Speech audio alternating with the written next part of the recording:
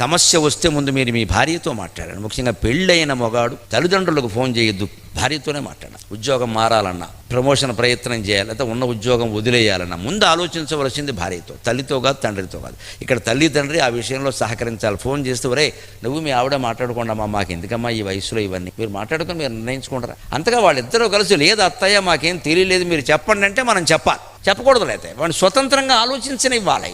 తల్లులకు తండ్రులకు నమస్కారం పెట్టుకోవచ్చు. కానీ తల్లి మనస్తత్వం తండ్రి మనస్తత్వం ఎలా, మా వాడికి ఏమిటో 40 ఏళ్ళు వచ్చినా కూడా నన్ను అడగకుండా ఏ పని చేయాలంటే దద్దమ్మ అని అర్థమమ్మ, అలా చెప్పడానికి సిగ్గుపడాలి. గీత దాటాలి. 40 ఏళ్ళు వచ్చే వాడి గీత వాడు గీసుకోవాలి. ఇంకా మన గీతలు ఏమిటంటే ఇక్కడ మనకి యమధర్మరాజు గీసాడు గీత, వీఆర్ 82. ఇంకా పెత్తనం కావాలి. దీని పెత్తనం అనరు, మమక లేదండి, అది పెత్తనం. వాళ్ళ కాపురం వాళ్ళని చేసుకోనివ్వాలి, వేలెట్టద్దు. వాళ్ళ నిర్ణయాలు వాళ్ళు తీసుకోవాలి. ఈ తల్లి ఎంత తెలివైందో ఆ భార్య ఎంత తెలివైంది. స్త్రియో హినామ కల్వేత నిసర్గాదేవ పండితా.